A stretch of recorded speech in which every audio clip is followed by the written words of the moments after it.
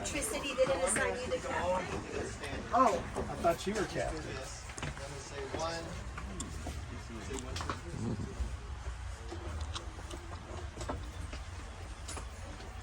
Okay, cool. So, is everybody in? Cool. So everybody that's behind this metal, this is where the bridge was when it was first built. This is all deck. This stuff is not here. It's expanded. So this was put during an overhaul. So what we were trying to do is, the Japanese ruined a bunch of our aircraft carriers, sunk them per se, and all the aircraft carriers before this carrier had wooden flight decks. So this was the first steel deck aircraft carrier that America built.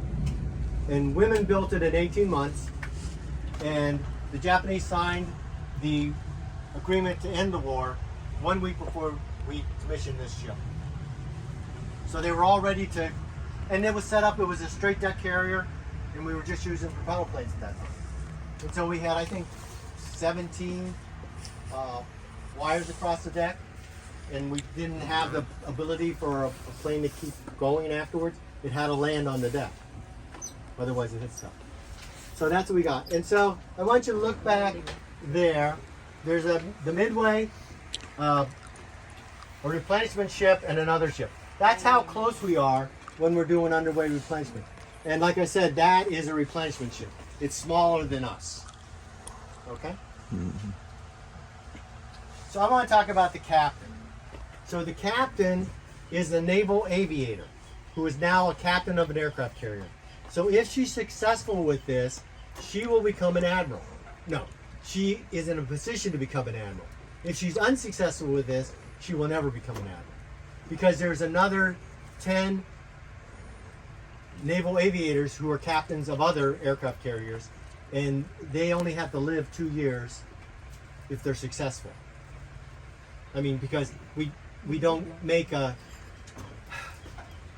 When a president becomes a president, and 4 years later, he's aged how many years? 10? 4. No, he's aged more than 4. Oh. Because of stress. Yeah. Oh, Anyways, okay. Yeah, so let's say he does it. So the Navy can do it to her in 2 years. So you'll add 10 years of your life. Yeah, I'm sure. Look, under that, because there's just so much pressure. Stress. Because first of all, during all flight operations, she's sitting in that chair. Okay, every flight operation.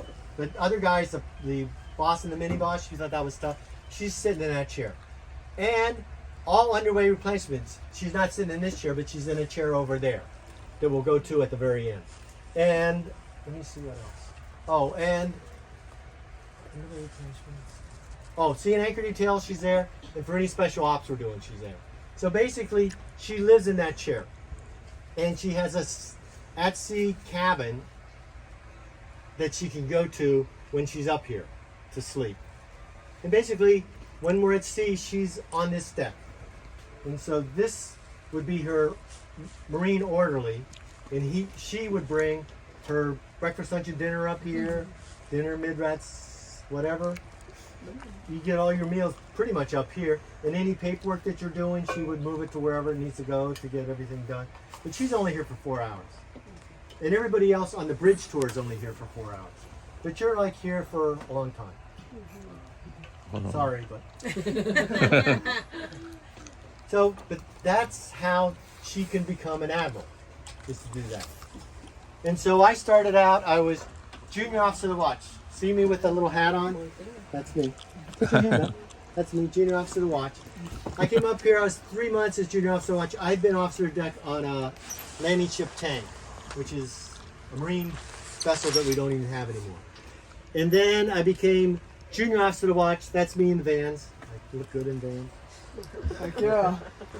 And then I want to say that every time you're up here on a bridge watch, it's only 4 hours, and the officer of the deck rotation is different than the junior officer of the watch rotation, is different than the junior officer of the deck rotation. So I don't remember ever having the same officer of the deck twice when I was junior officer of the watch. So a lot of officers of the decks watched me, and they finally agreed that I could potentially become an officer of the deck. And so they recommended me to the CO. The CO brought 2 other naval surface line people to interview me, and then she approved me and I became officer of the deck.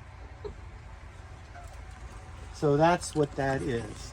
So I'm not gonna give you the deck because I haven't trained you, sorry.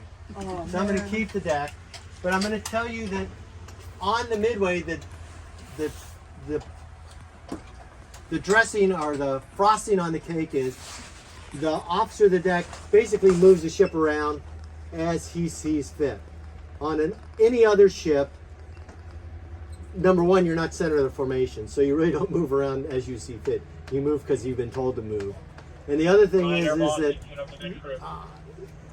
that the captain was an aviator, so she believed that I could do what I needed to do, and I did. So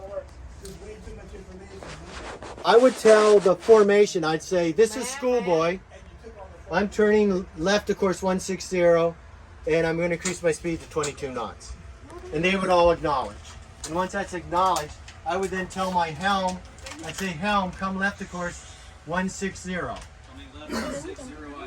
And he wouldn't do more than 1 degree rudder because we're at flight operations. And all the airplanes are not tied down when we're at flight operations. Because I don't want a plane, I don't want to list and have a plane go, okay?